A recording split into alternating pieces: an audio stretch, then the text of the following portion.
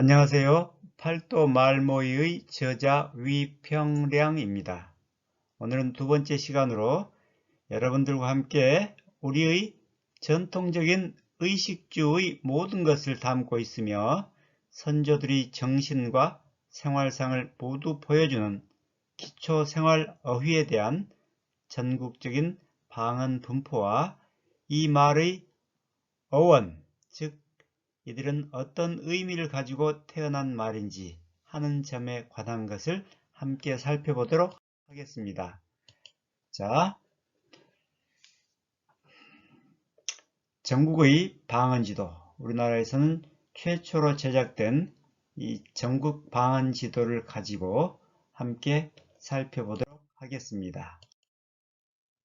자, 두 번째 시간에는 우리들이 흔히 반찬으로 먹는 이 풀이 뭐죠?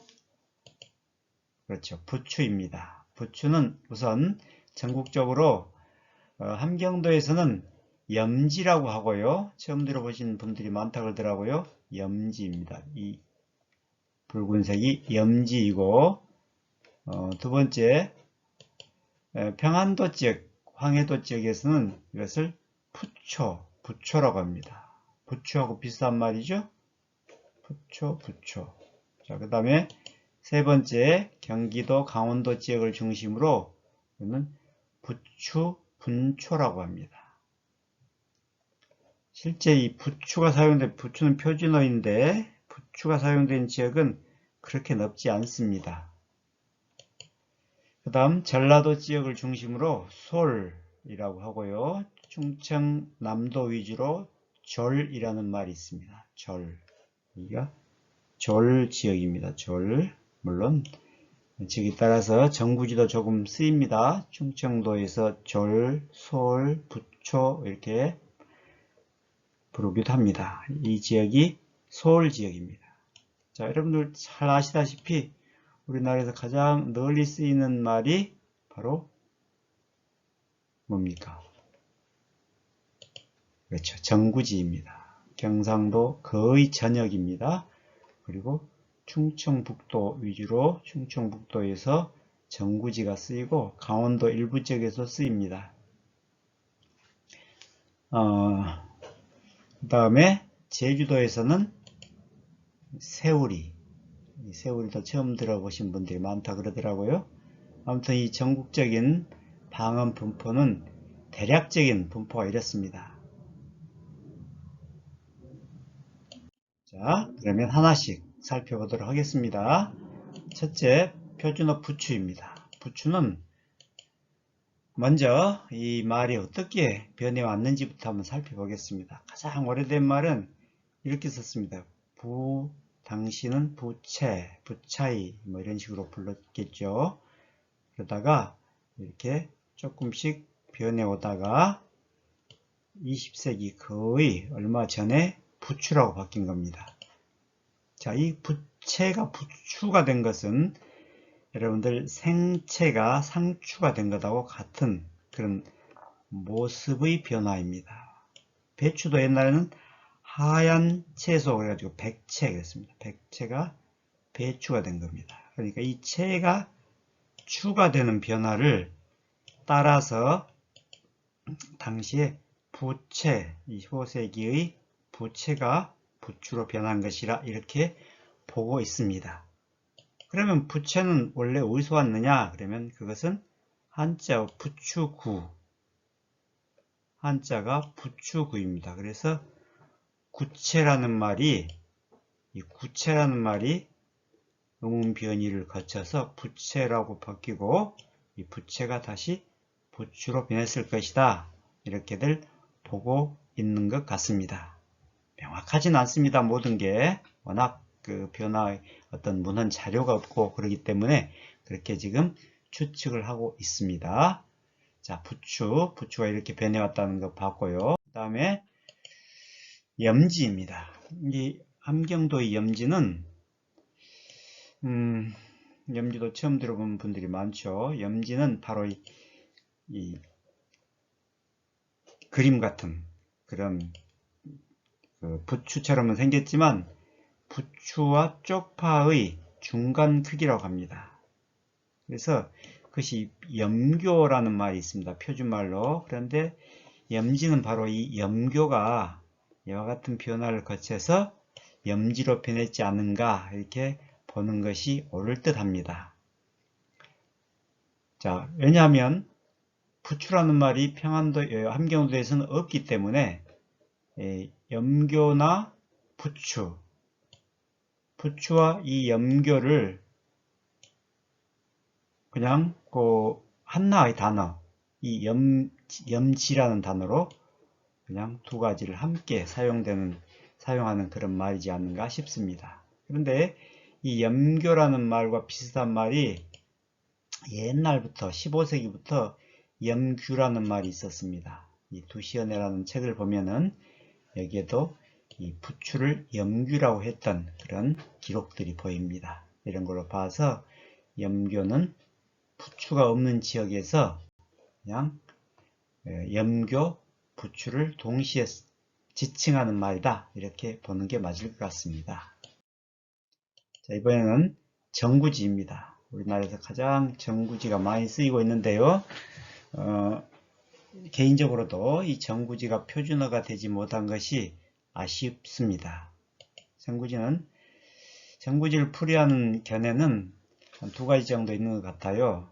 자, 많은 사람들이 이렇게 보더라고요. 한자어 풀이를 해가지고 정이 오래간다. 이것을 먹고 나면 부부간의 정이 오래 지속된다. 뭐 이런 풀이가 있는데 정확하지 않습니다. 이렇게 볼 수도 있겠죠. 그런데 명확한 근거는 없습니다. 오히려 2번처럼 보는 것이 더 설득력 있어 보여요. 전을 굽는 풀이다. 전을 구울 때 사용한다. 특히 연세가 많으신 어른들일수록 정구지보다는 전구지 이렇게 발음하는 경향이 더 강하다고 합니다. 그래서 전구지가 정구지로 변했을 것이다. 이렇게 보는 견해가 더 설득력 있어 보입니다. 자, 이번엔 네 번째는 솔입니다. 솔은 방금 말씀드렸듯이 이 전라도에서 쓰는 말입니다.